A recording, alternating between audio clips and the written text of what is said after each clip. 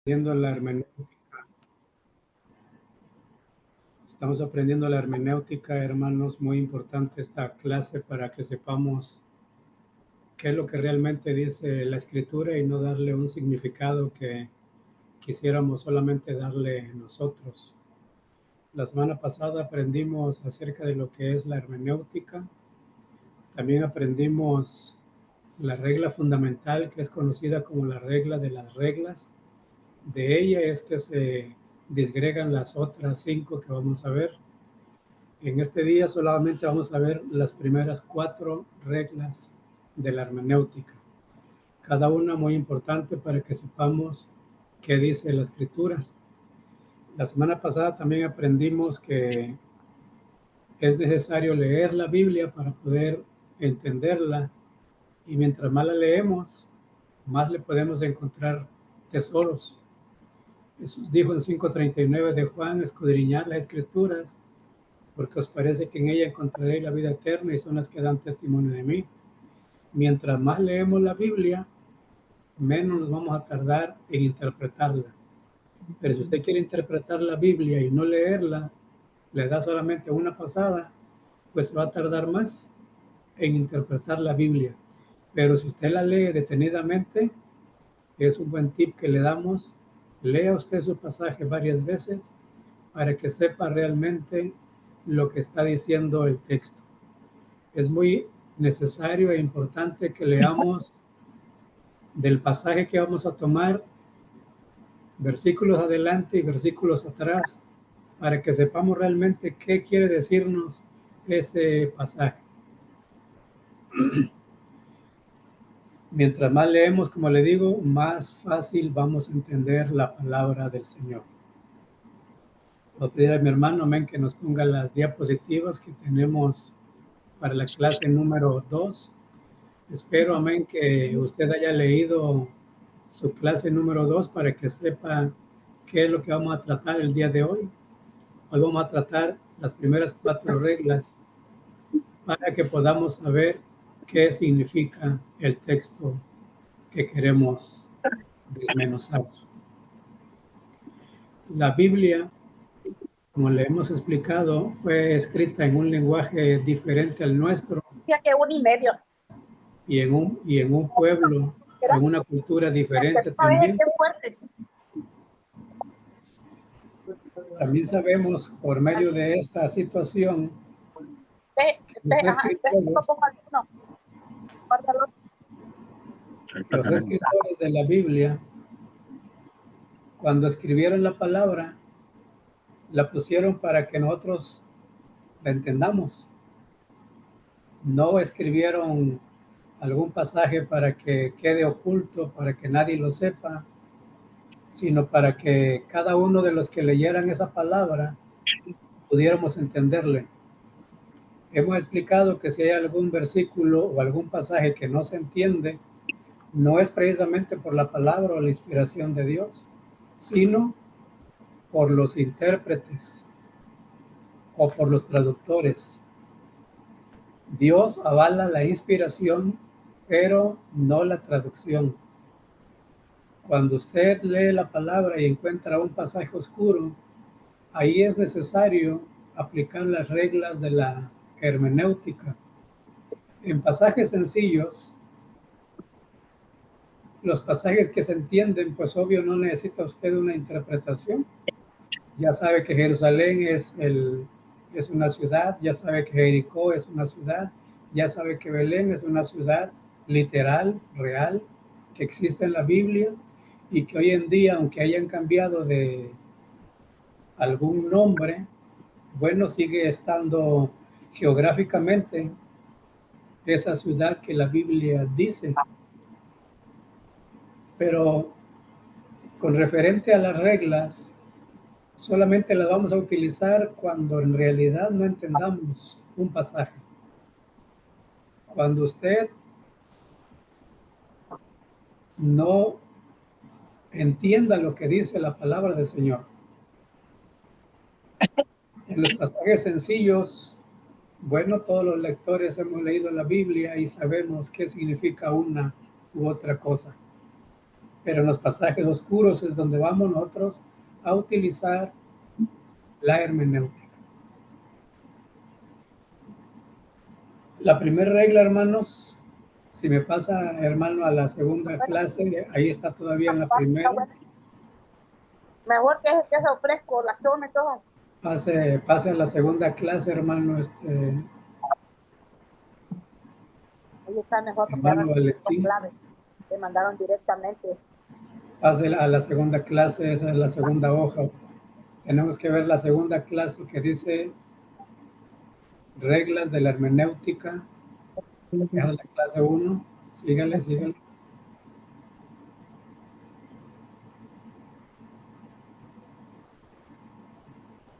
Sígale, sígale. Ahí está, ahí. Estas han durado las licuadoras, ¿ah? ¿Cuántos días que las compramos? ¿Cuándo las compramos?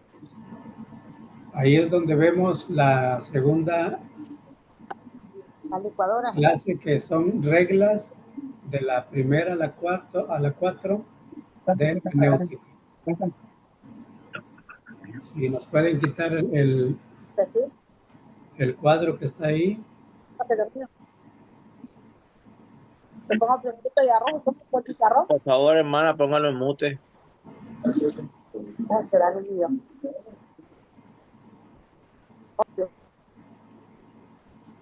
Amén, hermanos.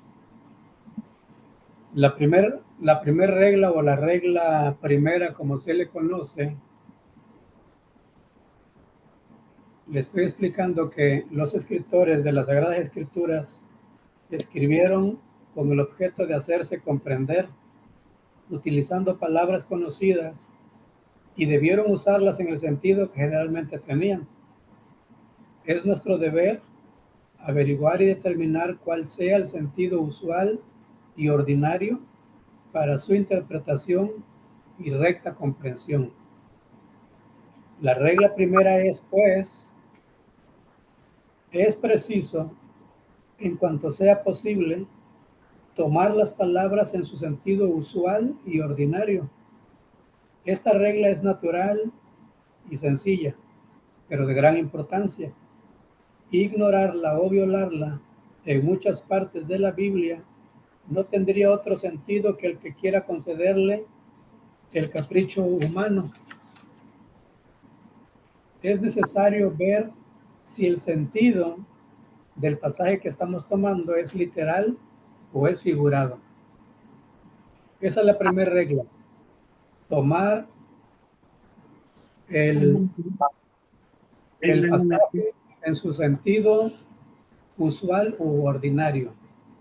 ¿Qué significa con estas palabras? Que vamos a ver a qué se está refiriendo ese texto. ¿Será una palabra literal? ¿Será un sentido figurado? ¿Será simbólico? ¿Cómo vamos a leer un pasaje que estamos queriendo analizar? Lo primero que tenemos que hacer es ver qué sentido tiene esa palabra. Al principio, en los siglos 3 y 4, la gente se dio por leer la Biblia alegóricamente y hacían alegorías de todos los pasajes de la palabra. Y cayeron en unos grandes errores porque al alegorizar la Biblia, le vamos a dar un sentido que no tiene esa palabra, que no tiene ese versículo. Hubo alguien que al leer el Salmo 8 pensó que las ovejas y los bueyes eran los creyentes, mientras que las aves y los peces eran los incrédulos. Imagina usted que usted lee un salmo, o lee Eclesiastés, o lee Proverbios, que están llenos de figuras, y usted toma ese pasaje en una forma diferente a como está explicando el escritor. Esta persona que le menciono del Salmo 8 no tomó en cuenta las reglas de la hermenéutica y también puso como que Jesús tenía autoridad tanto en los incrédulos como en los creyentes, dándoles un significado diferente. Imagine que los creyentes eran las ovejas y los bueyes y los incrédulos eran las aves y los peces. Si esta persona hubiese tomado en cuenta la regla número 1, que vemos que hay que tomar el sentido usual y ordinario, no habría caído en este grave error.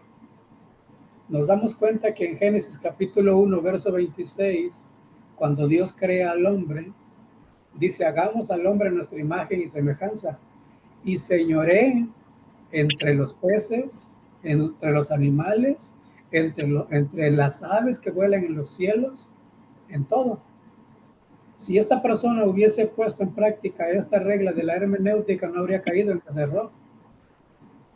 Quizás usted ha escuchado alguna predicación y el predicador alegoriza mucho la Biblia, la palabra, y le va dando ejemplos que no vienen al caso en realidad del texto que estamos analizando.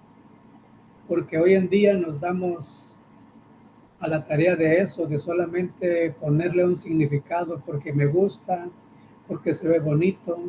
Pero la Biblia no está para eso. La Biblia está para que nosotros sepamos lo que realmente quiere decir la palabra del Señor. Ahora, no todo en la Biblia es literal. No todo en la Biblia es literal, ya que el lenguaje usado en la Biblia es tan amplio que darle su uso correcto o interpretación correcta tendríamos la recta comprensión de la misma, ya que abundan en la Biblia toda clase de figuras retóricas, símiles, parábolas, expresiones simbólicas. Además, hay muchas expresiones peculiares del idioma hebreo llamados hebraísmos. Cada nación o cada pueblo tiene su cultura y tiene su manera de hablar. Si usted se da cuenta, no todos, aunque seamos latinos, tenemos el mismo acento en el hablar. Las costumbres que tenemos no son las mismas. Alguien puede interpretar una palabra diferente a otra, aunque sea en español. En especial aquí en Estados Unidos, que abunda toda clase de personas de diferentes naciones y pueblos. Ahí es donde debemos tener cuidado de no hablar una palabra que quizá ofenda a alguien. Nosotros hemos escuchado en el trayecto de nuestro caminar en el Señor que una palabra puede ofender a otra persona sin que nosotros lo hagamos de esa manera. Así es en la Biblia. La Biblia tiene muchos hebraísmos o costumbres como nosotros los conocemos. Tiene muchas figuras retóricas. Tiene muchas, diríamos, parábolas. Y cada una de ellas necesitamos nosotros saber qué dice ese texto. Si tomamos un texto solamente a la ligera y decimos: oh, eso significa esto, vamos a caer en ese error, como le menciono, de esta persona que a los incrédulos los tomó como las aves y los peces, y a los creyentes los puso como las ovejas y los bueyes. Quisiéramos entender que esta persona lo hizo porque las ovejas y los bueyes son animales limpios. Según en el arca de Noé, Dios le dijo a Noé que subiera al arca 7 pares de animales limpios y una de animales impuros. Entonces, las ovejas y los bueyes están dentro de los animales que son limpios. Es posible que por eso esta persona haya interpretado de esta manera, pero no es correcto tomarlo. Quizás como alguna ilustración, usted va a tomar un pasaje y dice: esto significa esto, dándole, conforme al estudio que usted ya tiene, sabiendo darle un significado a esa palabra. Pero no puede usted decir: eso significa lo que dice la palabra de Dios. Lo que significa en la palabra de Dios va a dictarlo lo que dicen las reglas de la hermenéutica. Así que entonces es preciso, en cuanto sea posible, tomar las palabras en su sentido usual y ordinario. El ejemplo que tengo aquí está en Génesis capítulo 6, verso 12. Génesis 6:12 dice, toda carne había corrompido su camino sobre la tierra. Si nosotros tomamos este pasaje literal, usted se da cuenta que pierde todo el sentido ese versículo, porque toda carne había corrompido su camino.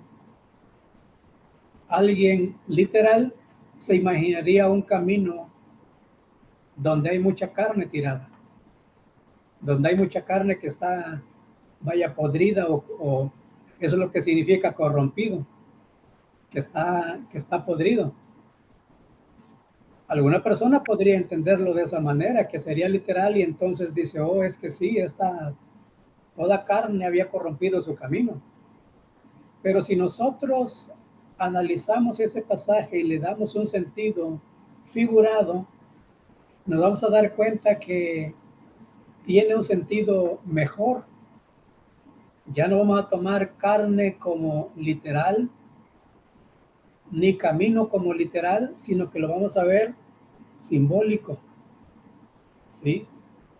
Si tomamos este sentido como figura de carne a la persona y camino como la costumbre de los hombres, ahí es donde nos damos cuenta del significado que tiene este pasaje. Si usted ya leyó ese pasaje de Génesis capítulo 6, verso 12, dice así, y miró Dios la tierra, y aquí que estaba corrompida, porque toda carne había corrompido su camino sobre la tierra. ¿Se imagina usted que Dios lo haya visto literal y que haya visto el camino como le menciono? Quizá una persona que está trabajando en un rastro donde matan a los animales para el consumo humano de la carne, bueno, ahí sí vamos a ver la carne tirada en el suelo. Pero, como aquí está diciendo, y miró Dios la tierra, y he aquí que estaba corrompida. Eso ya nos debería dar la pauta de que Dios está viendo para abajo y está viendo simbólicamente a toda la carne, o sea, a todos los hombres, a todas las personas. Y que había corrompido su camino es que se había corrompido en la manera de cómo caminaban su vida en ese momento. Lo podemos entender porque Dios creó al hombre, lo hizo perfecto. Y el primer hombre que Dios hizo desobedeció. Y de ahí en adelante traemos nosotros las consecuencias del pecado. Y de esa manera nosotros, al seguir creciendo y caminando en esta tierra, tenemos el libre albedrío y decidimos nosotros caminar en lo correcto o corromper nuestro camino. Dios ya hizo un camino, ya preparó un camino, como nosotros tenemos que andar. Efesios 2:10 dice que somos hechura suya, creados de antemano para buenas obras, preparadas, dice, de antemano para que anduviésemos nosotros en ellas. Entonces es necesario saber nosotros qué es lo que quiere decir ese pasaje y no darle un significado que nosotros quieramos darle. Este pasaje lo vamos a tomar en un sentido figurativo de carne a la persona o a los hombres y camino como costumbre. Romanos 3:12 nos dice este mismo pasaje sin este sentido figurado. Romanos 3:12 nos dice,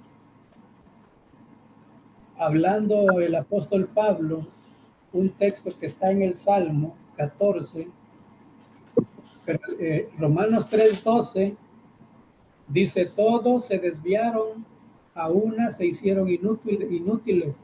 No hay quien haga lo bueno, no hay ni siquiera uno. Está citando, claro, el Salmo 14:3, que está diciendo también, cuando dice la palabra que dice el necio en su corazón no hay Dios, y luego el verso 3 dice que no hay ni un justo, ni siquiera uno. Si nos damos cuenta, Génesis 6:12 es figurativo, pero Romanos, tomando el Salmo, está hablando directamente de los hombres, cómo es que se corrompieron, que no hay ni un justo siquiera. Así podemos nosotros tomar el sentido ordinario o usual que el escritor puso en ese momento en Génesis capítulo 6. El siervo Moisés no estaba viendo carne tirada en el camino, sino que estaba viendo lo que dice Dios, y vio Dios la tierra que se había corrompido. Segundo ejemplo que tenemos está en Lucas capítulo 14, verso 26. Jesús dice, si alguno viene a mí y no aborrece a su padre y madre, no puede ser mi discípulo. ¿Qué vemos ahí, hermanos? Que hay una contradicción. Éxodo capítulo 20, verso 12, nos está mencionando en el mandamiento, honra a tu padre y a tu madre, ¿cierto? Si usted lee literal este versículo, Jesús dice, si alguno viene a mí y no aborrece a su padre y a su madre, no puede ser mi discípulo. Entraríamos en una contradicción, diríamos, ¿cómo es posible que Dios me está diciendo eso? Pero eso, hermanos, es un hebraísmo que se toma poniendo tanto amor como aborrecer en un mismo pasaje. Y también es una parábola que está diciendo el Señor, si alguno viene a mí y no aborrece a su padre y madre, no puede ser mi discípulo.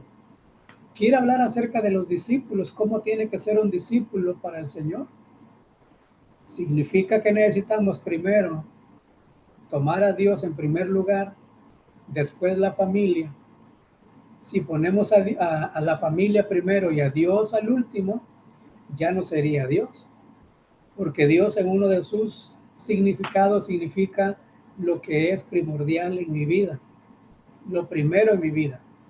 Todos decimos que Dios es primero en mi vida, pero muchas veces ponemos a la familia, a mis hijos, a mis padres, a mi trabajo, mi casa, y a Dios lo relegamos en segundo o en tercer lugar. Eso es lo que nos está diciendo aquí la palabra en Lucas 14:26. Jesús dice, si alguno viene a mí y no aborrece a su padre y madre, no puede ser mi discípulo. En Lucas 15:8, esta es una parábola también que está diciendo una verdad dicha por Jesús. Lucas capítulo 15, verso 8 está diciendo Jesús la parábola de la moneda perdida. Sabiendo que una parábola tiene partes principales y figurativas que requieren interpretación y designan realidades correspondientes a las figuras. Sin parábolas, Jesús dice la misma verdad en Lucas 19:10. En Lucas 19:10 usted ya sabe que dice que el Hijo del Hombre vino a buscar y a salvar lo que se había perdido. La parábola de Lucas capítulo 15 dice así.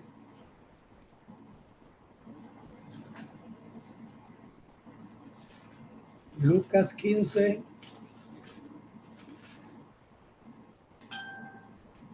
(15:8). ¿O qué mujer que tiene 10 dracmas, si pierde una dracma, no enciende la lámpara y barre la casa y busca con diligencia hasta encontrarla? Y cuando la encuentra, reúne a sus amigos y vecinas diciendo, gozaos conmigo, porque he encontrado la dracma que había perdido. Así os digo que hay gozo delante de los ángeles de Dios por un pecador que se arrepiente.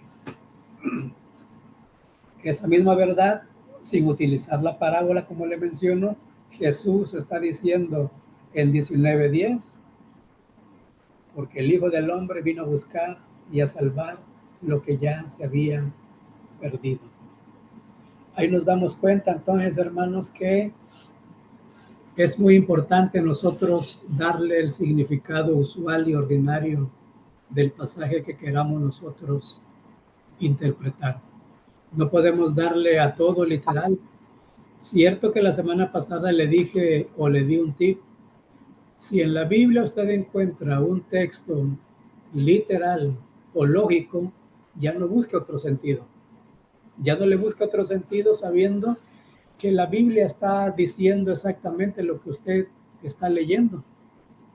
Porque sabemos que la regla fundamental es que la Biblia se interpreta por ella misma. Y si encuentra un texto literal o lógico, obvio, no tiene que buscarle otro significado, ya que las reglas, le vuelvo a mencionar, se usan solamente para los pasajes oscuros que nosotros no podamos entenderlos. Si nosotros no entendemos un pasaje, vamos a poner en práctica estas reglas. La regla segunda dice que en el lenguaje bíblico existen palabras cuyo significado varía mucho según el sentido de la frase en que ocurre.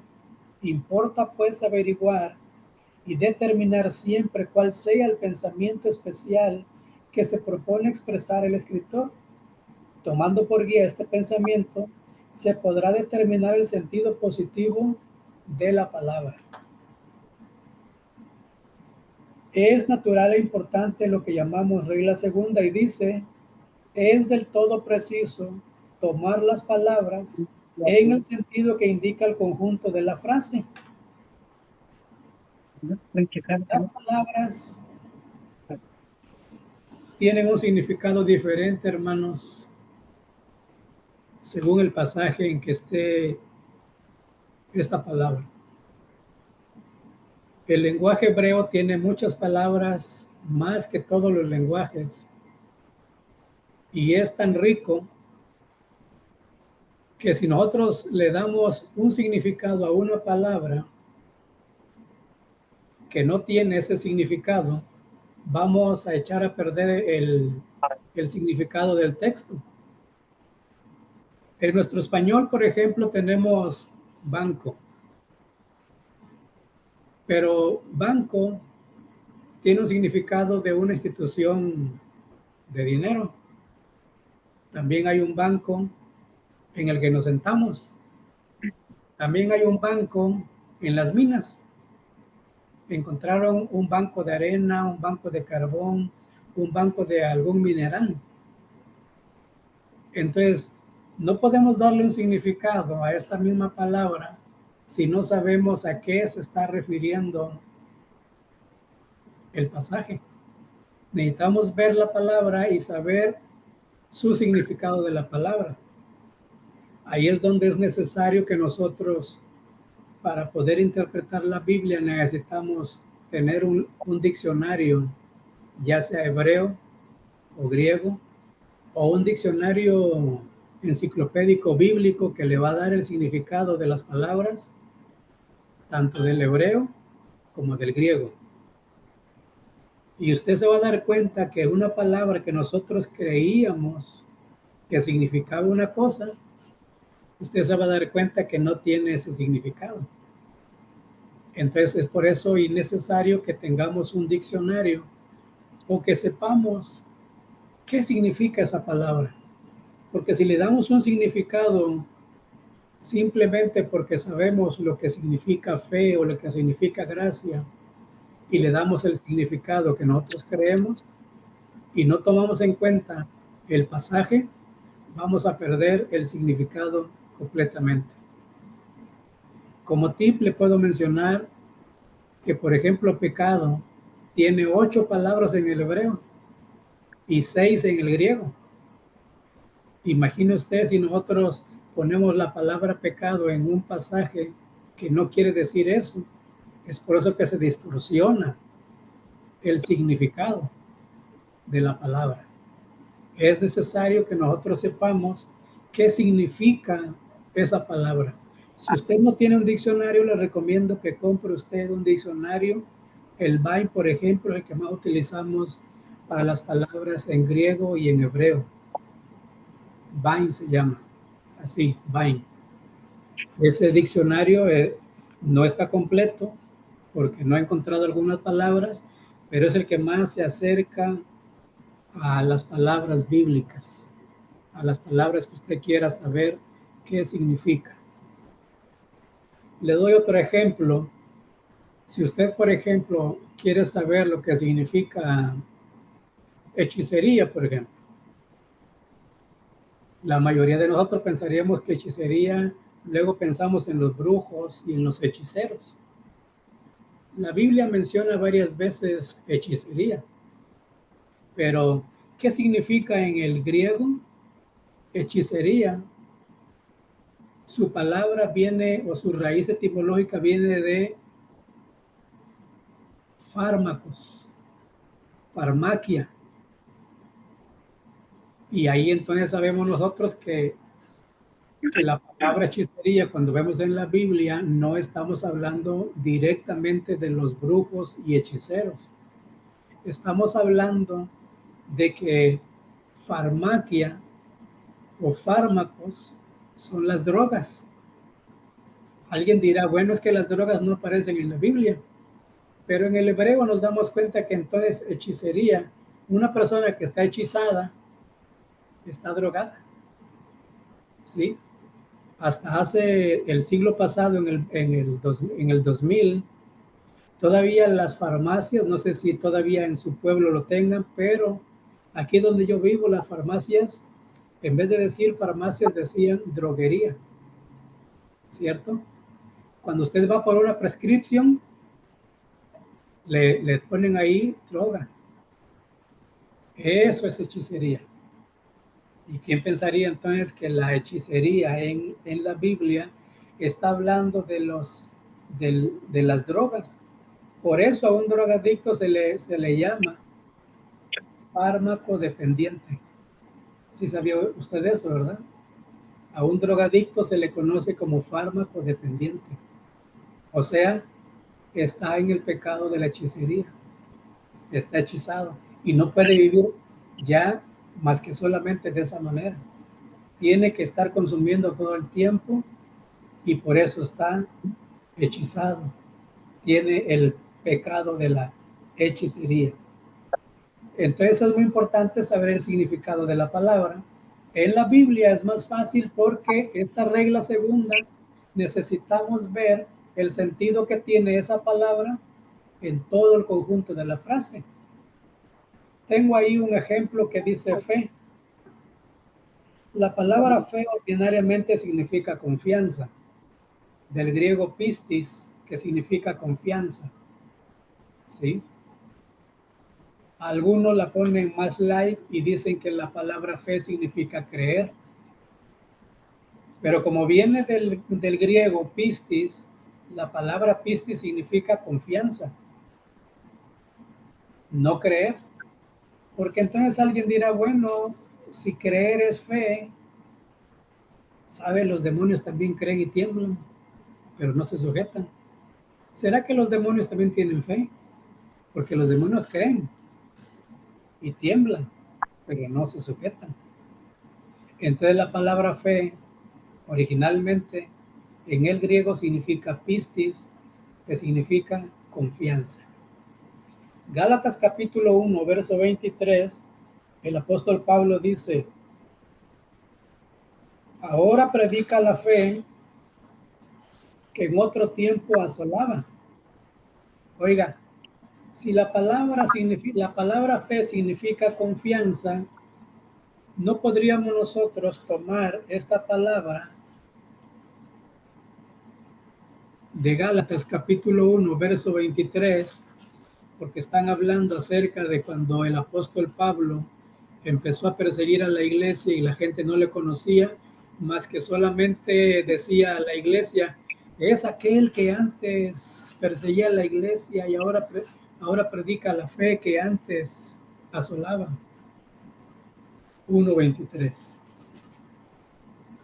Dice, solamente oían decir, aquel que en otro tiempo nos perseguía, ahora predica la fe que en otro tiempo asolaba. ¿Qué significa entonces la fe? ¿O qué sentido le vamos a dar a esta palabra fe? Conforme a todo el pasaje de este 1:23. No podemos poner ahora predica la confianza que en otro tiempo asolaba. Porque aunque la palabra fe significa confianza, en tiempo pasado que está el apóstol Pablo, que predicaba, que ahora predica la fe que antes asolaba, no podíamos decir que tuviese confianza antes que él estaba presidiendo la iglesia. Entonces,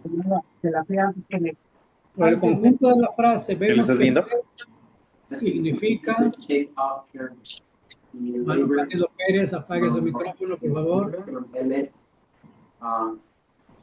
Por el conjunto de la frase, vemos que fe significa creencia o doctrina del evangelio. ¿Dónde está? Entonces, ¿cómo se escribe with? Dice, ahora predica la creencia o la doctrina del evangelio que en otro tiempo asolaba. No podemos darle otro significado de lo que significa fe, que es confianza, y podamos decir que ahora predica la confianza porque no tenía confianza él. Antes no tenía confianza. Pero sí podemos saber que ¿Qué más? Nada más. fe significa la creencia, ¿le pongo tamp all train? La doctrina del Ok. ¿O uno arreglado? Ok. Hermano Cándido.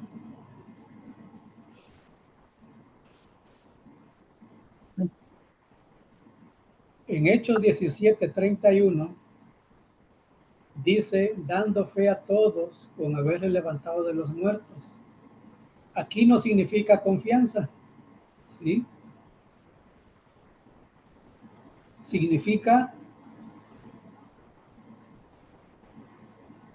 ni creencia, sino significa prueba o demostración. Tenemos también la misma palabra fe en Hechos 17:31. Hechos 17:31.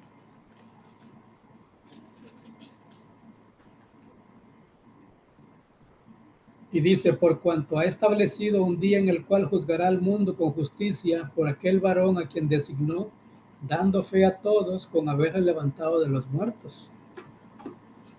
Aquí esta palabra fe no significa confianza, tampoco significa creencia o doctrina, sino significa la prueba o demostración que él sufrió, dando fe, dice, a todos con haberle levantado de los muertos. Es una demostración que se está dando de que Jesús realmente fue levantado entre los muertos.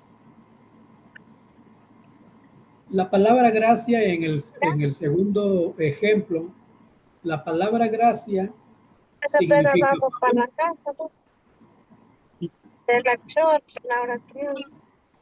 pero se usa también en otro sentido la palabra gracia. Gracias si sabemos que es un favor inmerecido, como el don también es un favor inmerecido. Pero si nosotros tomamos en Efesios 2:8 que por gracia sois salvos y por medio de la fe, y no es don de vosotros, pues es un don de Dios. ¿Qué significará entonces ahí, hermanos, gracia? Efesios 2:8, el versículo muy conocido, dice, porque por gracia sois salvos por medio de la fe. Ahí sí la confianza. Y esto no de vosotros, pues es don de Dios.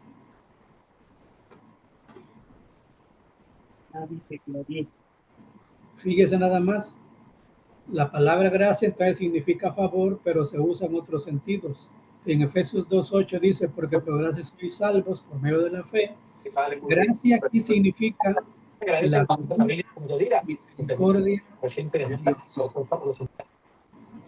Gracia significa ahí la misericordia de Dios. Por gracia o por misericordia somos nosotros salvos. ¿Sí? Porque la gracia sí es un favor, pero también la gracia se utiliza en el sentido de, del carisma. Amén. Así que vamos a dejar ahí, hermanos, en la gracia y vamos a tomar el receso. Regresamos a las 9:18. Amén. Dios les bendiga.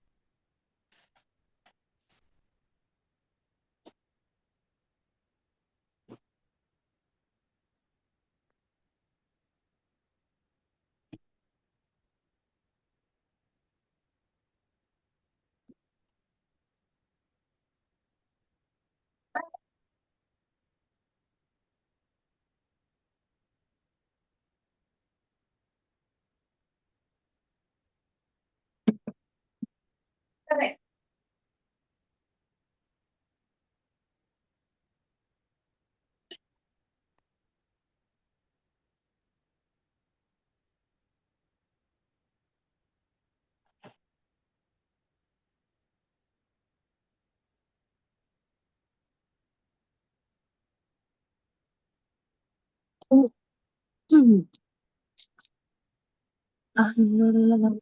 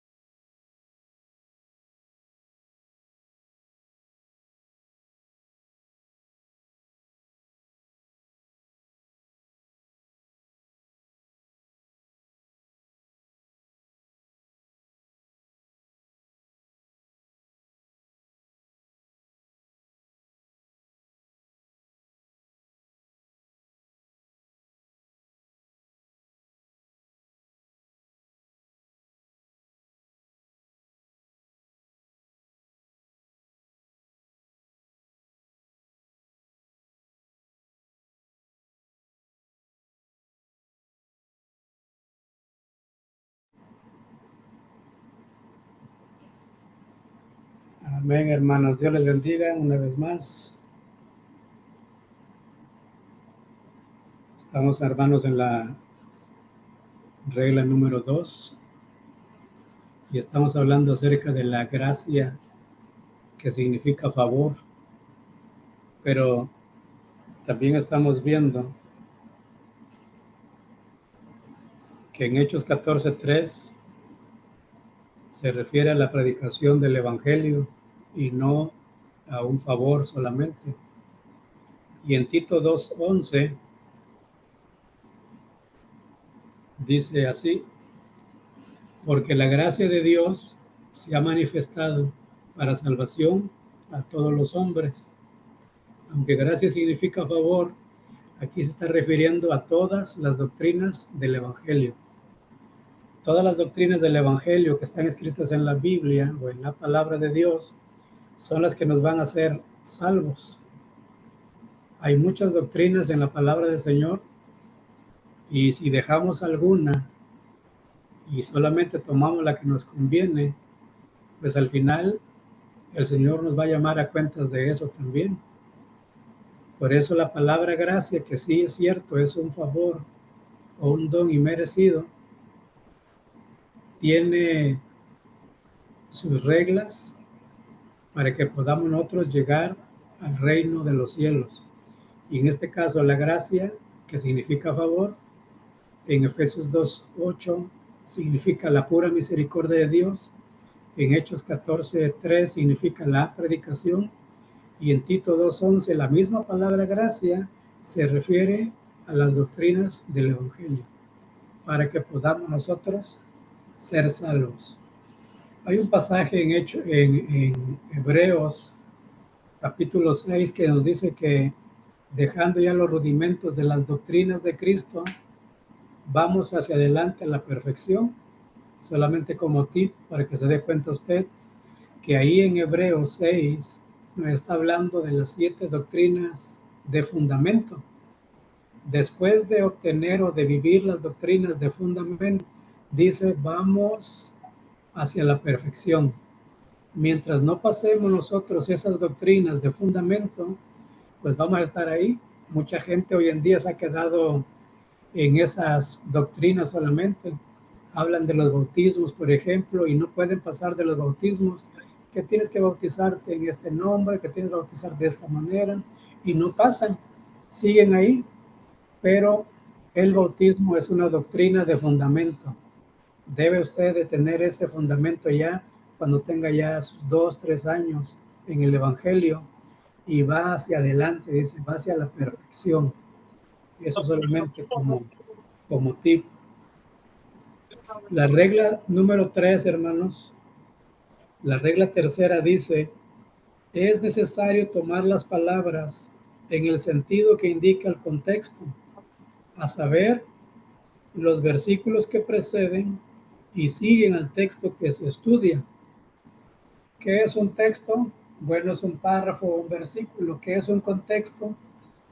Lo que habla de ese pasaje antes o después, o en un libro también. No caiga usted en el error de los que hacen del texto, lo hacen un pretexto, o un texto sin contexto es un pretexto. No escucha, dice la hermana, amén. ¿Sí escuchan, hermanos? Amén. ¿Qué es un texto? ¿Qué es un texto, hermanos? Es un versículo que usted está leyendo, un pasaje. ¿Qué es un contexto? Es lo que dice de ese texto que está usted leyendo. Puede encontrarlo antes o puede encontrarlo después o puede encontrarlo en un libro diferente. Hay muchos textos que nos vamos al contexto en el Nuevo Testamento, nos vamos hasta el Antiguo Testamento y están enlazados. En su Biblia usted lo tiene como concordancia. Si usted lee su Biblia y tiene un numerito o una letra, en la parte de abajo o más abajo donde termina el texto, le va a decir a dónde ir. Ese es el contexto. significa que ese texto aparece también en otro versículo, ya sea en otro libro o en ese mismo libro. Entonces la regla número 3, es necesario tomar las palabras en el sentido que indica el contexto, a saber los versículos que preceden y siguen al texto. Si tomamos solamente ese texto y quisiéramos poner las primeras 2 reglas y decir, bueno, este texto, la palabra la voy a tomar en el sentido literal porque así está, y le voy a dar el significado de la palabra que yo sé que significa, pierde el sentido también en esta regla número 3, porque ahora vamos a saber qué significa realmente esa palabra o por qué está dándose esa palabra en ese versículo y que no le entiendo yo a ese pasaje. Como ejemplo le puse ahí Efesios 3:3. Efesios 3:3 dice así: que por revelación me fue declarado el misterio, como antes lo he escrito brevemente. La palabra misterio tiene muchos significados y aparece también en la palabra de Dios varias veces. Pero para que sepamos a qué se refiere este misterio en este pasaje precisamente de Efesios 3:3, bueno, lo más fácil es leer los versículos antes o después y usted va a encontrar ahí a qué se refiere ese misterio. Porque es cierto, hay muchos misterios y se dice que algunos misterios están todavía sin revelarse y que cuando estemos en el reino de los cielos, pues le vamos a preguntar a Pedro, a Pablo, a Juan o al mismo Señor Jesús qué significaba ese misterio, porque no se nos fue revelado. Pero en este caso, la palabra misterio, si leemos simplemente al iniciar el capítulo o simplemente el texto que ya nos da la Biblia, no sé qué Biblia tenga usted ahí, pero la mayoría de las Biblias nos ponen ya ahora los títulos en cada pasaje, ¿cierto? Y en su Biblia, o al menos en la mía, dice el título, empezando el capítulo 3, Ministerio de Pablo a los gentiles. Oiga nada más, a los gentiles. Y leemos: por esta causa yo, Pablo, prisionero de Cristo Jesús, por vosotros los gentiles, si es que habéis oído de la administración de la gracia de Dios que me fue dada para con vosotros, que por revelación me fue declarado el misterio, como antes lo he escrito. ¿A qué se está refiriendo? Al ministerio de los gentiles. Recordemos que el evangelio primeramente fue escrito para los judíos. La clase anterior le dije que la Biblia está escrita para judíos o los hebreos, para el pueblo gentil y para la iglesia. Hay 3 pueblos en la Biblia que hay palabra específica para cada uno de ellos. Entonces, este misterio el apóstol Pablo está diciendo que Dios le reveló que fuera a predicarle a los gentiles, porque recordemos que a los gentiles no se les hablaba primero. El evangelio era primeramente para los judíos y después para los griegos, dice la palabra. Pero los gentiles se habían quedado sin la participación del evangelio, aunque aparece el pueblo gentil en la Biblia desde el principio. El pueblo gentil tiene una palabra específica hasta el tiempo final. Dice el apóstol Pablo que hasta que sean salvos, el pueblo de Israel será salvo hasta que termine el tiempo de los gentiles. Los gentiles, entre los gentiles nos contamos nosotros. Antes éramos gentiles, ahora ya no somos gentiles, ahora ya somos la iglesia. Si alguien se considera gentil es porque no ha aceptado a Jesús en su corazón. Pero si ahora dice yo soy la iglesia, bueno, ya no se cuenta como gentil Y cuando ve usted la palabra de algunas maldiciones para los gentiles, bueno, ya no la va a tomar usted. ¿Por qué? Porque ahora ya pertenece a la iglesia y va a tomar las bendiciones de la iglesia. Y este misterio nos damos cuenta que se refiere a la participación de los gentiles del evangelio, que por cierto hoy en día la mayoría de la iglesia está compuesta por gentiles que antes eran gentiles. En mi caso, yo antes era gentil. Aunque la iglesia está compuesta por judíos y gentiles arrepentidos, la mayoría en la iglesia eran gentiles. Si hay algunos hebreos que se han convertido al evangelio y están participando o predicando el evangelio de Jesucristo, han dejado la ley, han dejado los ritos y ahora están dedicándose exclusivamente a hablar la palabra de Dios que dice en el Nuevo Testamento acerca de la salvación de Jesucristo. El apóstol Pablo primeramente le habló a sus connacionales, le habló a los hebreos, le habló a los judíos. Él tenía un gran peso para hablarle a los judíos, pero cuando los judíos no quisieron aceptarlo, bueno, pues entonces él se fue a los gentiles y vemos que después él empezó a predicar el evangelio a todos los gentiles. Los primeros años le predicó no a los gentiles, le predicó a los griegos. Los griegos, cuando usted encuentra en la Biblia, se refiere a judíos helenistas, fíjense. Así se le llama a los que son judíos, pero tienen otra cultura. En este caso, el griego. Eran judíos griegos, vaya. Así se le conocen también como judíos griegos. Eso lo descubrí no leyendo solamente el diccionario que le menciono, sino las diferentes versiones que tenemos. Y en Hechos capítulo 6, si usted tiene a la mano ahí su teléfono y busca usted Hechos capítulo 6, cuando empezó la discusión de los diáconos, o al menos dice así nuestro texto, ¿verdad?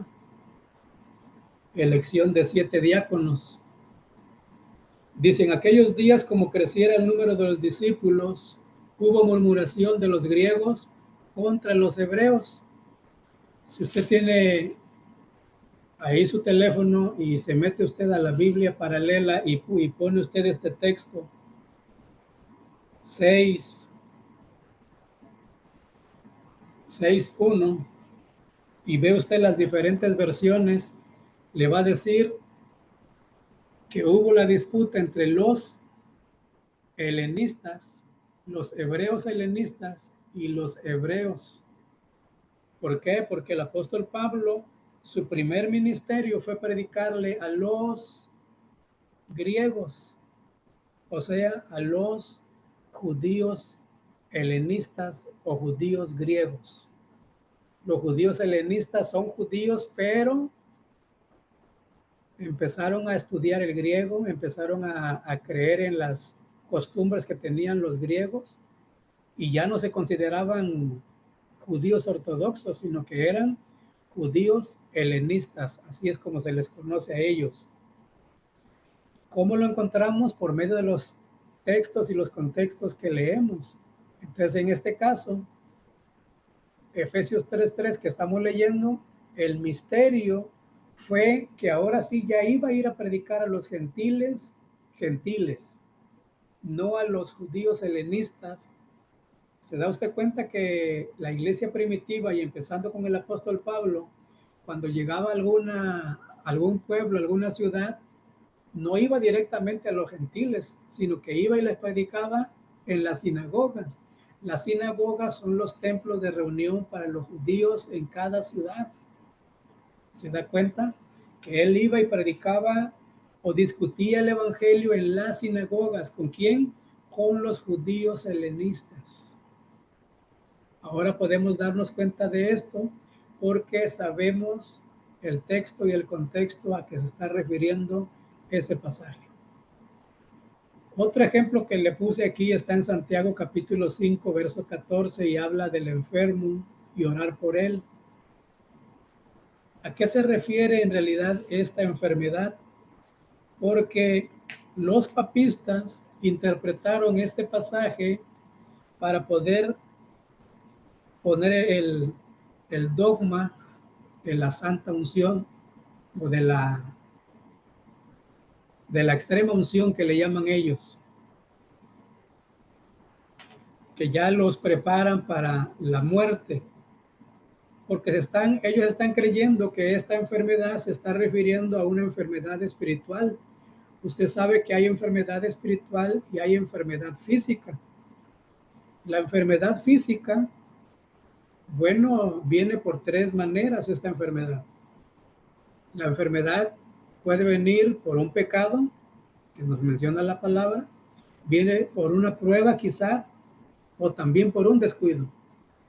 La enfermedad que viene por una prueba o por un pecado, solamente arrepintiéndonos, pidiéndole perdón a Dios, Dios nos va a quitar esa enfermedad. Usted se da cuenta de cómo Dios ha sanado milagrosamente a las personas. Pero hay esa discusión de que un cristiano puede ir a un doctor. Bueno, en una enfermedad, cuando es por un descuido, puede usted ir a un doctor porque fue por un descuido. Un resfriado no es una prueba, no es por un pecado. Alguien muy extremista puede decir, es que estás en pecado y por eso te dio el COVID. No le dio el COVID porque estaba en pecado, sino porque una pandemia que hubo aquí en el mundo, y a mucha gente le tocó esa pandemia. Siervos de Dios, apóstoles del mismo concilio murieron por esta pandemia. Dios así lo quiso y no sanó a muchos, pero a muchos también los sanó milagrosamente, porque a eso se refiere la soberanía de Dios. En este pasaje entonces habla Santiago 5:14, dice, ¿está alguno enfermo entre vosotros? Llame a los ancianos de la iglesia y oren por él, ungiéndole con aceite en el nombre del Señor. Y la oración de fe salvará al enfermo, y el Señor lo levantará, y si hubiere cometido pecado, le serán perdonados. No se está refiriendo, hermanos, a una enfermedad espiritual como los papistas, para dar la extrema unción que le menciono. No, aquí se está refiriendo a una enfermedad del cuerpo y no del alma. Puede darse cuenta ahí entonces que el significado de esta tercera regla es necesario tomar las palabras en el sentido que indica el contexto. Y esta palabra, lo que nos dice el contexto, es que es una enfermedad del cuerpo y no es una enfermedad del alma. Con esta regla usted puede darse cuenta que es fácil y sencillo interpretar la palabra siguiendo estas primeras tres reglas. Romanos capítulo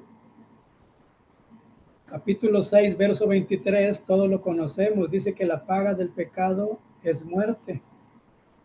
La expresión que sigue resalta lo opuesto, mas la dádiva de Dios es vida eterna en Cristo Jesús. ¿Qué nos está diciendo este texto y este contexto? En ese mismo libro nos está diciendo que sí, la paga del pecado es la muerte, pero no necesitamos morir. Si estamos en pecado hay una opción. Está la gracia, está la salvación dada por Jesucristo. Directamente nos está diciendo aquí la palabra que si nosotros hemos pecado, podemos nosotros pedirle perdón a Dios, y es una dádiva que tenemos de parte de Jesús. Ese texto es muy conocido, todos quizá lo conocemos y lo hemos leído varias veces, y algunos hasta se van al extremismo, pero el texto está diciendo claramente, porque la paga del pecado es muerte. Punto y coma. Mas la dádiva de Dios es vida eterna en Cristo Jesús, Señor nuestro. nos está dando ahí claramente lo opuesto, pero no significa que sea lo opuesto solo por gratis. Sí es por gracia, pero la gracia no es gratis. La gracia la pagó Jesús con su sangre en la cruz del Calvario. Y nosotros tenemos también que caminar en el Señor pagando el precio. Ya Jesús lo dijo claramente, que el que quiere venir en pos de mí, niéguese a sí mismo, tome su cruz cada día y sígame. Si alguien nos dice que la gracia es gratis, no tenemos que hacer nada. Esa fue una doctrina de Calvino. Los calvinistas creen en la predestinación, que salvo siempre salvo. Pero si una persona es salva porque acepta a Jesús en su corazón y se aparta, Dios borra su nombre del libro de la vida. No significa que porque ya fue salvo, un día aceptó a Jesús, va a seguir siendo salvo siempre. La salvación la adquirimos hasta que llegamos al fin. Hebreos nos dice claramente, nos dice la palabra claramente que seguimos el blanco perfecto. Hebreos 12 es un texto también que usamos mucho, pero nos dice: por tanto nosotros también, teniendo en derredor nuestro tan grande nube de testigos, despojémonos de todo peso y del pecado que nos asedia, y corramos con paciencia la carrera que tenemos por delante, puestos los ojos en Jesús, el autor y consumador de la fe. Ahí estamos viendo que por medio de Jesús tenemos la salvación, pero hay que quitarnos, dice, todo peso y todo pecado que nos asedia. Hay pecados en nuestra vida y hay peso también que no nos permite llegar o caminar en el Señor. Obvio, no todo es pecado. Hay algunos pesos que no nos dejan caminar en el Señor. Un partido de fútbol, por ejemplo, si no tiene usted una clase o no tiene servicio y está descansando y lo ve, pues no es un pecado, es un peso. Se convierte en pecado si ese partido de fútbol está en la hora del culto y usted dice: me voy a quedar mejor aquí y no voy al templo. Ahí se convierte en pecado, porque Santiago nos dice que el que conoce lo bueno y no lo hace, le es pecado. ¿Qué es más bueno, ir al servicio o quedar a verse el partido de la final de México-Estados Unidos? Pues es obvio ir al servicio, pero ¿cuánta gente se queda viendo el partido de fútbol y se pierde la gran bendición que es estar en la casa del Señor? La regla cuarta o la regla 4 de esta interpretación dice: es preciso tomar en consideración el objeto o designio del libro o pasaje en que ocurren las palabras o expresiones oscuras. Esta regla número 4 es muy importante porque, como usted se da cuenta, vamos poco a poco hasta llegar ya a los temas más confusos o que tienen más contradicciones en diferentes personas. Y ahí es donde nosotros tenemos que saber y tomar en consideración el objeto o el designio del libro o el pasaje que nosotros estamos tomando para saber realmente qué significa ese pasaje o qué significa ese tema. En este caso, ya más que palabras o un versículo, se refiere a temas o a doctrinas. Obvio, cada iglesia, cada denominación tiene doctrinas diferentes. La que le acabo de mencionar de la predestinación, pues la tienen los calvinistas. ¿Quién negó la predestinación? Bueno, pues Arminio. Las iglesias arministas, ellas creen en toda la Biblia, así como nosotros estamos creyendo. Un ejemplo del calvinismo lo está siguiendo hoy en día la iglesia bautista. Un ejemplo de los arministas Esas las tiene los metodistas, y metodistas salieron los pentecostales y los pentecostés. Y usted se da cuenta de ahí entonces que de ahí salen asambleas de Dios y luego salen las iglesias pentecostés, y nosotros somos una iglesia cristiana apostólica pentecostés, que creemos en toda la Biblia, creemos en todo lo que dice la palabra del Señor, creemos en un solo Dios, aunque está en 3 personas, creemos en un solo Dios, pero se manifestó, bueno, no se manifestó porque entraríamos entonces en el modismo, sino que son 3 personas, son Padre, Hijo y Espíritu Santo. En esta regla número 4 entrarían doctrinas y temas específicos, como le menciono.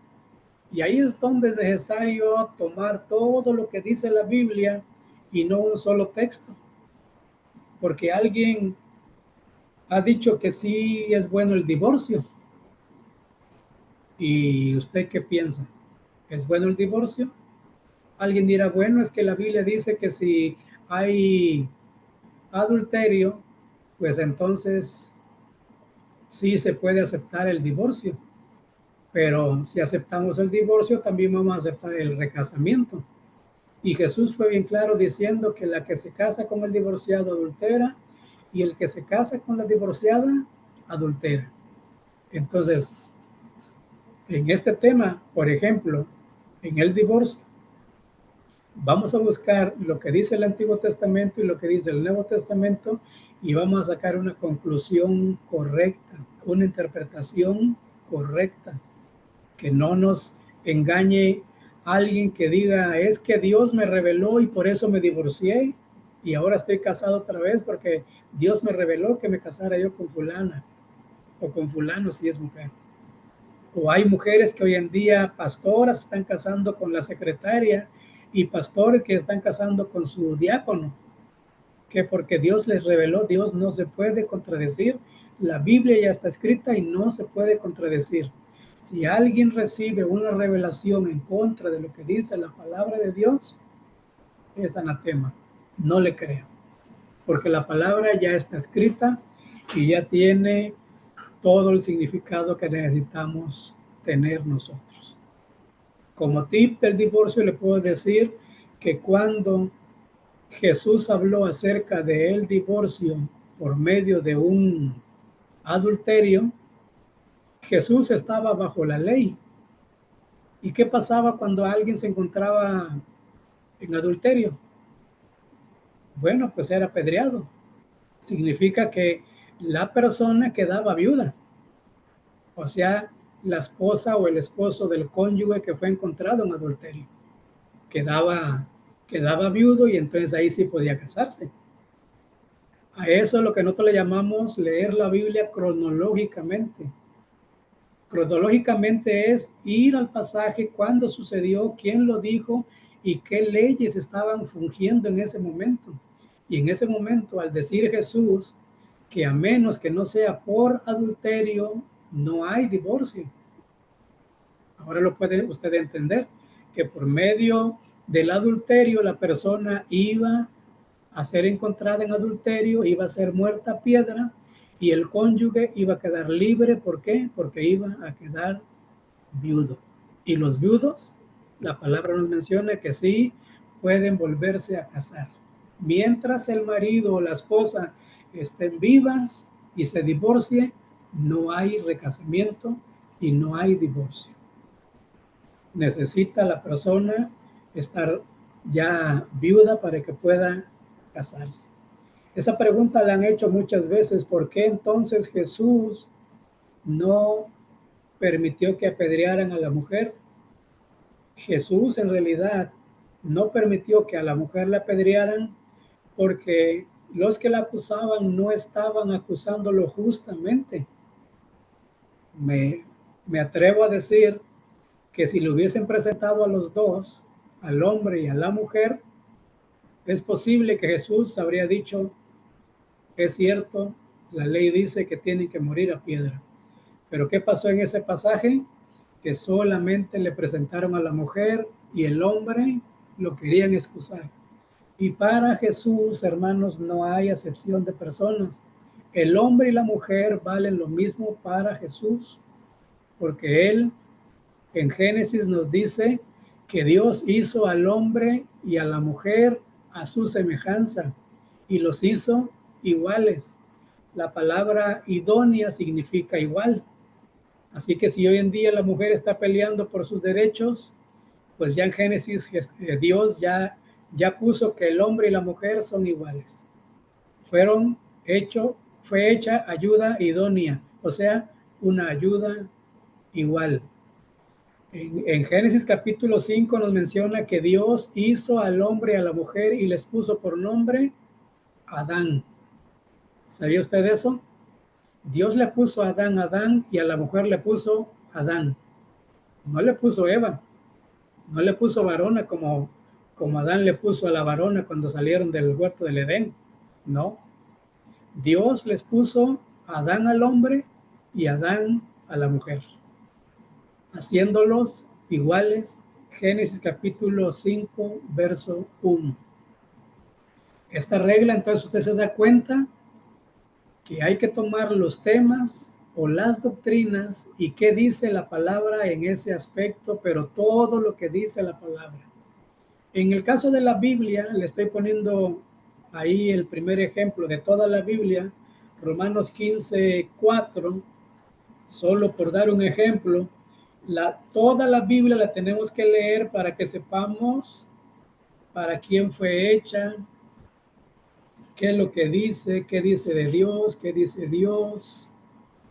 Y no solamente decir, bueno, es que la Biblia es solamente para los judíos o es para los gentiles. No.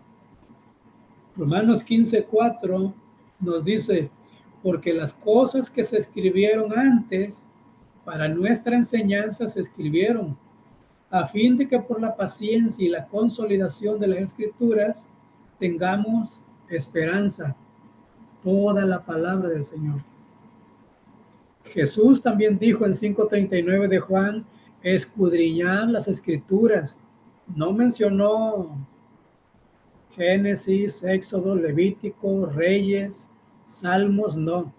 Dice escudriñar las escrituras porque os parece que en ella encontraréis la vida eterna y son las que dan testimonio de mí. ¿Quién da testimonio de Jesús en el Antiguo Testamento? Toda la escritura del Antiguo Testamento. No se vaya a confundir, aunque ahora podemos tomar en cuenta toda la escritura, cuando fue escrita esa parte, no existía el Nuevo Testamento. Solamente habla del Antiguo Testamento. O sea, lean todo el Antiguo Testamento y se van a dar cuenta que ahí da testimonio de mí. No es toda la Biblia. En este momento ya tenemos toda la Biblia, los 66 libros, y podemos decir que toda la Biblia son 66 libros. Pero cuando fue escrito ese pasaje de 5:39 de Juan, pues solamente existía el Antiguo Testamento. Pero aquí dice Romanos que porque las cosas que se escribieron antes, o sea, todo el Antiguo Testamento, y ahora la que ya estaba escribiendo, que son las cartas paulinas que se escribieron primero, los evangelios fueron escritos después, todas esas fueron escritas para nuestra enseñanza, a fin de que por la paciencia y la consolación de las escrituras tengamos esperanza. Segunda de Timoteo 3:16 y 17 nos dice que toda la escritura fue inspirada por Dios, apta para enseñar, para redarguir, para instruir en justicia. Entonces, ahí nos damos cuenta que toda la Biblia es buena para nosotros. Hay cosas buenas, hay cosas que nos hablan del pecado, pero fueron escritas también el pecado para que nosotros no caigamos en el pecado. Ahora el Evangelio, según Juan capítulo 20, verso 31, el apóstol Juan está dando su idea en Juan 20:31. Dice, pero estas se han escrito para que creáis que Jesús es el Cristo, el Hijo de Dios, y para que creyendo tengáis vida en su nombre. El Evangelio fue escrito en el Nuevo Testamento, ¿cierto? Aunque los escritores tomaron en cuenta el Antiguo Testamento y pusieron varios pasajes en la concordancia que le mencioné a usted que aparecen, usted se da cuenta que el Evangelio está escrito en el Nuevo Testamento, pero el Antiguo Testamento era sombra de lo que había de venir. Por eso es que está escrito en el Nuevo Testamento también que ya estaba escrita la salvación. Un pasaje más conocido para eso es el Isaías, que fue escrito 750 años antes de Cristo y nos habla de cómo iba a nacer Jesús, en dónde iba a nacer de una virgen, iba a morir en la cruz del Calvario, lo iban a entregar. Bueno, usted se da cuenta de Isaías que habla todo lo que es de la salvación o del Evangelio por medio del Señor Jesucristo. Segunda de Pedro 3:2 nos dice también, Segunda de Pedro 3:2 dice, para que tengáis memoria de las palabras que antes han sido dichas por los santos profetas y del mandamiento del Señor y Salvador, dado por vuestros apóstoles. Ahí está hablando del Evangelio y también está tomando el Antiguo Testamento como le menciono. ¿Y para qué nos sirve entonces los proverbios también, por ejemplo? Los proverbios en el capítulo 1 nos da la cita claramente. Proverbios capítulo 1 dice para qué sirven los proverbios.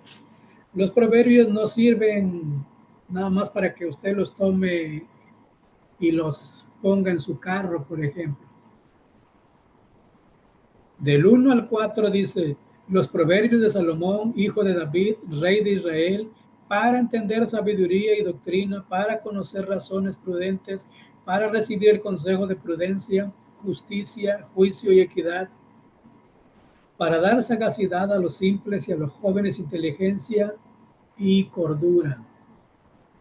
Ahí nos damos cuenta para qué fueron escritos los proverbios, para dar sabiduría y sagacidad, enseñarnos justicia, juicio.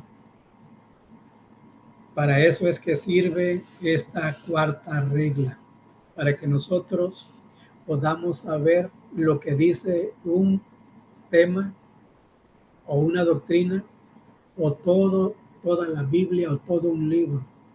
Ya no entramos solamente en palabras sencillas o en sentido literal o figurado, sino que ahora esta cuarta regla nos habla de un volumen más grande. La Biblia, el Evangelio, los Proverbios, Gálatas y Colosenses, por ejemplo, fueron escritos con ocasión de los errores que procuraban implantar en las iglesias apostólicas los judaizantes. La iglesia primitiva, hermanos, fue netamente judía. La iglesia primitiva solamente fueron judíos los que aceptaron al Señor. Después que vino el apóstol Pablo y ya vimos que se fue a los gentiles, empezó los gentiles a llegar a la iglesia, pero la iglesia primitiva era completamente judía, ¿sí? De ahí es que tuvieron una gran aceptación porque los romanos creían que la iglesia era parte de los judíos. Cuando vino la persecución, cuando los judíos ortodoxos o que no eran cristianos le dijeron al pueblo romano, ellos no son de nosotros, ellos son diferentes. Y por eso es que hubo la persecución de la iglesia. ¿Por qué? Porque los judíos, en especial los judíos helenistas, estaban celosos y no querían otra religión judía. Y le dijeron eso a los romanos y los romanos empezaron a perseguir la iglesia. Un propósito de parte de Dios, claro, porque la iglesia no quería salir de Jerusalén.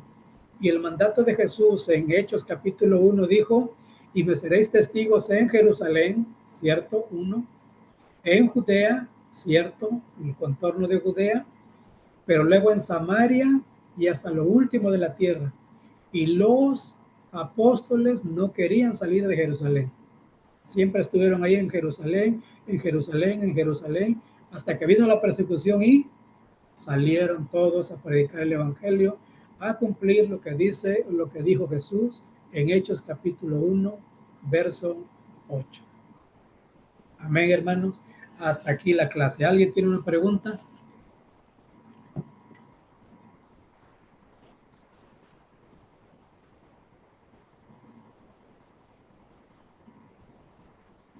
Amén, gloria a Dios, hermanos. Pues como ven ustedes, lo que yo trato de darles a ustedes es lo más sencillo para que ustedes entiendan. No quiero llenarlo de información y de palabras técnicas y rebuscadas, sino para que usted pueda entender fácil y sencillo la interpretación.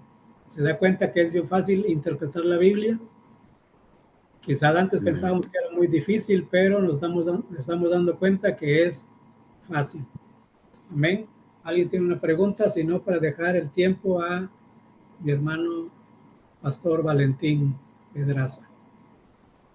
Dios lo bendiga, pastor. Yo tengo una pregunta. Amén. ¿Sí me escucho? Sí. Bueno, más que una pregunta es saber su opinión sobre el uso de... Dice usted que podemos, bueno, que usemos diccionarios, ¿verdad? Pero, ¿qué opina usted o qué opina del uso de la tecnología? Sobre ahí buscar los significados y cosas así. No es muy recomendable la tecnología porque no sabemos quién realmente da el significado. Puede usted tomar como base eso, lo que dice Wikipedia, por ejemplo, aunque se han encontrado muchos errores, y es que la Wikipedia está patrocinada, se dice, no tengo algo seguro, pero se dice que ahí están dando el significado, la mayoría son los unicitarios. Entonces, si usted toma una palabra de ahí, usted se va a dar cuenta que el significado varía mucho. Por eso es muy recomendable utilizar un libro en la tecnología. Usted puede también bajar raíz etimológica del griego y del hebreo y usted puede tomar esas bases. Pero si le da un diccionario, como le mencioné, el Wikipedia, o hay otros también de la tecnología, hay que tener cuidado en el significado, porque mucha gente por eso es que le ha dado un sentido más laico a la palabra. Pero de que usted puede utilizarlo, bueno, estamos en la tecnología y estamos usando la tecnología ahorita. En sí la tecnología no es mala, es el uso que le demos nosotros. Pero es El más tiempo, recomendable usar los diccionarios, ¿no? es más recomendable usar el Más diccionario. confiable. Sí, pero le digo, también en la tecnología, también usted puede ya bajar un diccionario real, como Okay. el Vine que le menciono, o el diccionario enciclopédico de la Biblia. Hay varios. Todos ellos ya están también ahí en PDF o están en el Internet. Pero lo más fácil es que usted lo compre y tenga acceso todo el tiempo. Ok, está bien. Esa era Amén. mi pregunta. Gracias. Dios lo bendiga. Amén. Hermano Valentín, Dios le bendiga. Dios le bendiga, pastor. Muchas gracias. Vamos Dios le a... bendiga. Tengo una pregunta, si se puede todavía. Amén, Adelante. hermano. Dios le bendiga, pastor. Sí. Mi nombre es Eddie. Fíjese que mi pregunta es porque respecto ahorita a lo que usted tocó en el tema en la clase, am, sobre los matrimonios que son recasados. Esa pregunta mía me la habían hecho personas así, ¿verdad? Que tal vez aún son inconversos y me han preguntado, ¿qué piensa usted, hermana? Dice, cuando dos personas, dice, están casadas y dice, y tal vez, dice, la otra pareja está viva, o sea, se divorciaron tal vez por, ¿verdad? Por una infidelidad. Entonces se vuelven a casar y incluso me han dicho, hay personas, dice, que están hasta sirviendo en una iglesia y son recasados. Están, dice, aún hasta de pastores y son recasados. ¿Qué piensa usted de eso? Entonces yo le decía a esta persona, pues yo lo único que puedo de contestarte, le digo, es que la Biblia dice que el matrimonio es hasta que el Señor nos separa, le digo, hasta que uno del otro muere.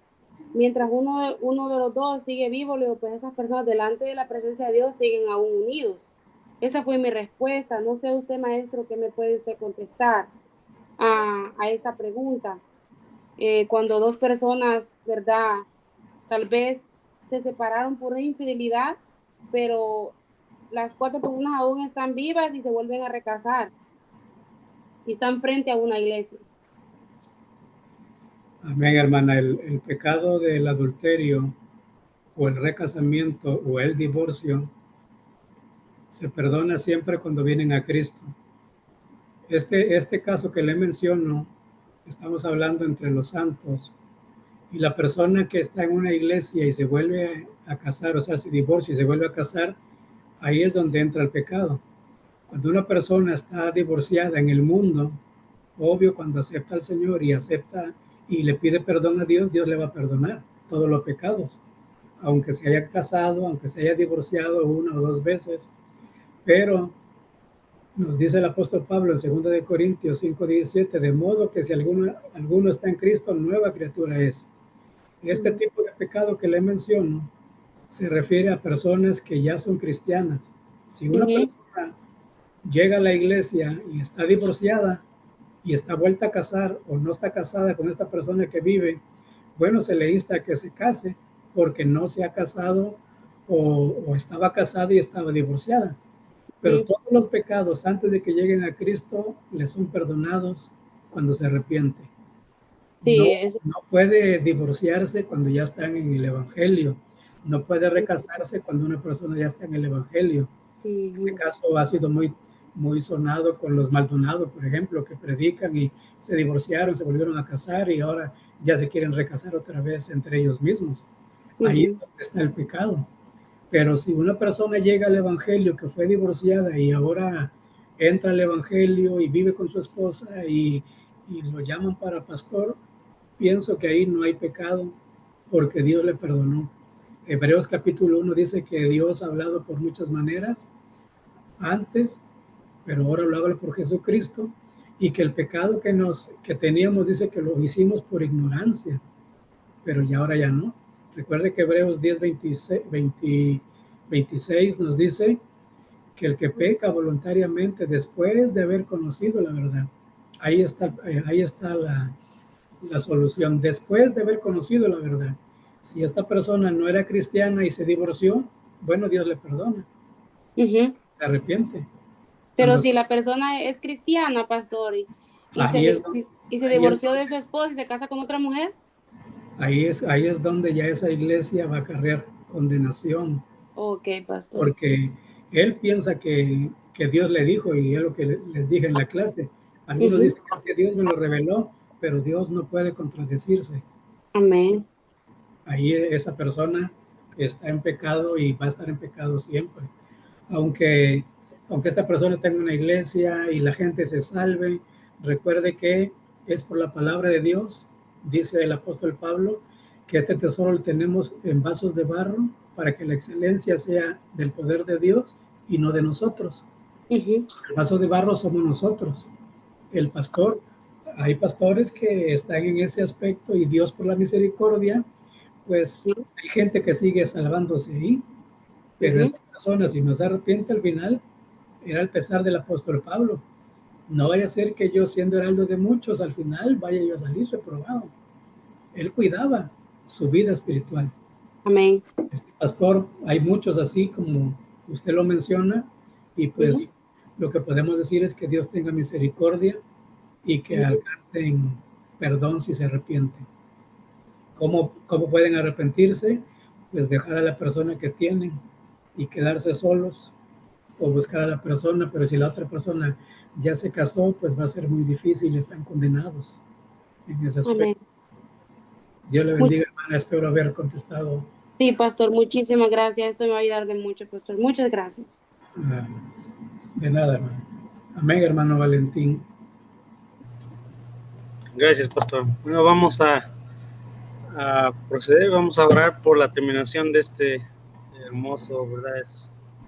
Esta hermosa clase, y si no hay otra pregunta, vamos a orar y nos vemos nuevamente el martes próximo, amén, a la misma hora. Miércoles. Vamos a inclinamos nuestros rostros y le damos gracias a Dios. Gracias, Señor, en esta hermosa noche. Ya, Señor, te pedimos, Padre amado, que seas tú, Señor, con nosotros, Señor, redarguyendo nuestros corazones, Señor, para poder seguir tomando tu palabra, Señor, poder seguir aprendiendo más de ti, Señor. Te pido, Señor, por mi hermano, Señor, Andrés Ramos, Señor, que tú le sigas dando palabras, Señor, que tú le bendigas, Señor, día con día, que tú le guardes, Padre amado, en el nombre de Jesús, Señor. En tus manos ponemos, Señor, este momento, Padre bendito, que tú nos guardes, Señor, nos des el descanso, Señor, que necesitamos, Padre amado, en el nombre de Jesús. Amén. Gloria a Dios. Pues pueden prender sus micrófonos y despedirse, al menos que, no sé si el pastor Ari tenga una palabra o... Dios les bendiga, hermanos. Amén. A terminar. Pues es todo, mis hermanos, que el Señor me lo bendiga. Nos vemos el siguiente miércoles, si Dios permite. Amén. Amén. Dios les bendiga a todos. Buenas noches. Dios les bendiga. Dios les bendiga a todos. Dios les bendiga. Dios les bendiga. Buenas noches. Les bendiga. Pasen buenas noches.